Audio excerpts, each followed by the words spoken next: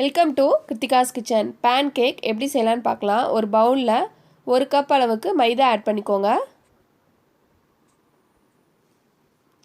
1 spoon baking powder, 1/4 டீஸ்பூனுக்கு salt add பண்ணிக்கோங்க. இது எல்லாத்தையும் நல்லா மிக்ஸ் பண்ணிக்கணும். மிக்ஸ் பண்ணிவிட்டு ஒரு பவுலில் நம்ம ஒரு முட்டை எடுத்துக்கலாம். முட்டையில் ஒயிட் கலர் தனியாகவும் எல்லோ கலர் தனியாகவும் எடுத்துக்க போகிறோம். இப்போ ஒயிட்டை எடுத்துகிட்டு இதை தனியாக வச்சுக்கோங்க. எல்லோவை ஒரு பவுலில் ஆட் பண்ணி நல்லா பீட் பண்ணிக்கோங்க. ஒரு 4 டேபிள் ஸ்பூனுக்கு சுகர் ஆட் பண்ணிக்கோங்க.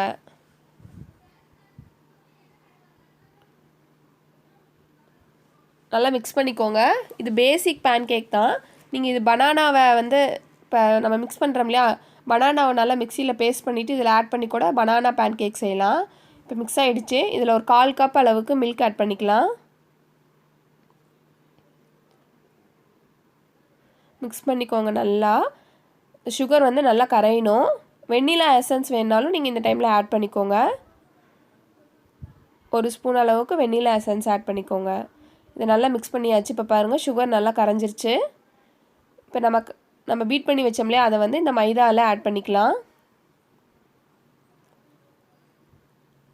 வெண்ணிலா எசன்ஸ் வேணுன்னா இந்த டைமில் இதில் ஆட் பண்ணிக்கோங்க. ஆட் பண்ணிவிட்டு நல்லா மிக்ஸ் பண்ணிக்கோங்க.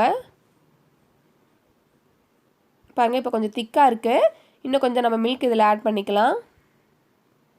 ஒரு 2 டேபிள் ஸ்பூன் மில்க் ஆட் பண்ணி நல்லா மிக்ஸ் பண்ணிக்கோங்க. ரொம்ப ஜாஸ்தி ஆட் பண்ணிடாதீங்க, லிக்விட் ஆகிடும், தண்ணியாகிடும். தோசை பேட்டரை விட கொஞ்சம் திக்காக இருக்கணும். பாருங்கள், இந்த மாதிரி இருக்கணும். இனி நான் அந்த ஒயிட் கலர் எடுத்து வச்சோம் இல்லையா எக்கில், அதை பீட் பண்ணி இதில் ஆட் பண்ண போகிறோம். இதை எவ்வளோ நீங்கள் பீட் பண்ண முடியுமோ அந்த அளவுக்கு பீட் பண்ணிக்கோங்க.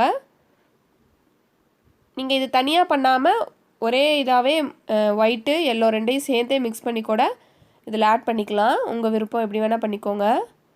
இந்த மாதிரி பண்ணிங்கன்னா பேன் கேக் கொஞ்சம் நல்லா வரும். பாருங்கள், இந்த மாதிரி மிக்ஸ் பண்ணிக்கோங்க. இதில் 2 டேபிள் ஸ்பூன் ஆயில் ஆட் பண்ணிக்கலாம்.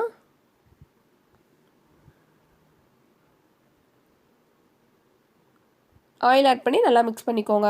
குழந்தைங்களுக்கு பேன் கேக் ரொம்ப பிடிக்கும். பேன் கேக் சாண்ட்விச் மாதிரி கூட இதை செஞ்சு கொடுக்கலாம் நீங்கள்.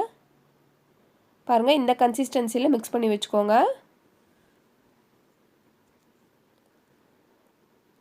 இப்போ நம்ம பேன் எடுத்துக்கலாம். சூடானதும் நம்ம பேன் கேக் பேட்டரை செஞ்சு வச்சோம்லையே அதை ஊற்றிக்கோங்க. எந்த சைஸ் வேணுமோ அந்த அளவுக்கு நீங்கள் ஆட் பண்ணிக்கோங்க. ரொம்ப ஃப்ளாட் ஆக்காதீங்க. இப்போ ஒரு 2 மினிட்ஸில் பாருங்கள், இந்த மாதிரி பபிள்ஸாக வந்திருக்கு. இந்த மாதிரி வந்துச்சுன்னா நம்ம பேட்டர் கரெக்டாக மிக்ஸ் பண்ணியிருக்கோன்னு அர்த்தம். இந்த மாதிரி பபிள்ஸாக வரும். அடியில் லைட்டாக ப்ரௌன் கலரில் ஆனதும் நம்ம திருப்பிக்கலாம். பாருங்கள், கலர் பார்க்கவே சூப்பராக இருக்குது.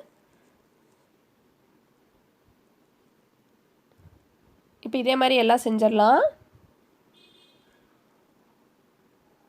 பாருங்கள், பேன் கேக் ரெடி ஆகிடுச்சு. நம்ம செஞ்ச பேட்டரில் ஒரு 7லேருந்து 8 வரைக்கும் பேன் கேக் ரெடி பண்ணலாம். இதில் ஹனி ஆட் பண்ணிக்கோங்க. இந்த மாதிரி ஹனி மேலே ஆட் பண்ணி கொடுங்க. இல்லைன்னா இந்த மாதிரி சிரப் இருக்கும், ஹெர்ஷீஸ் சிரப்பு. இது இருந்தால் மேலே சாக்லேட் சிரப்பை நீங்கள் குழந்தைங்களுக்கு போட்டு கொடுக்கலாம். இதுக்கு மேலே ஹனியும் ஆட் பண்ணி நட்ஸ் எல்லாம் போட்டு மேலே இன்னொரு பேன் கேக் வச்சு பேன் கேக் சாண்ட்விச் மாதிரியும் கொடுக்கலாம். உங்களோட ஐடியா தான். என்னோட ரெசிபி உங்களுக்கு பிடிச்சா லைக் பண்ணுங்கள், ஷேர் பண்ணுங்கள், கமெண்ட் பண்ணுங்கள், சப்ஸ்கிரைப் பண்ணுங்கள். அண்ட் தேங்க்ஸ் ஃபார் வாட்சிங்.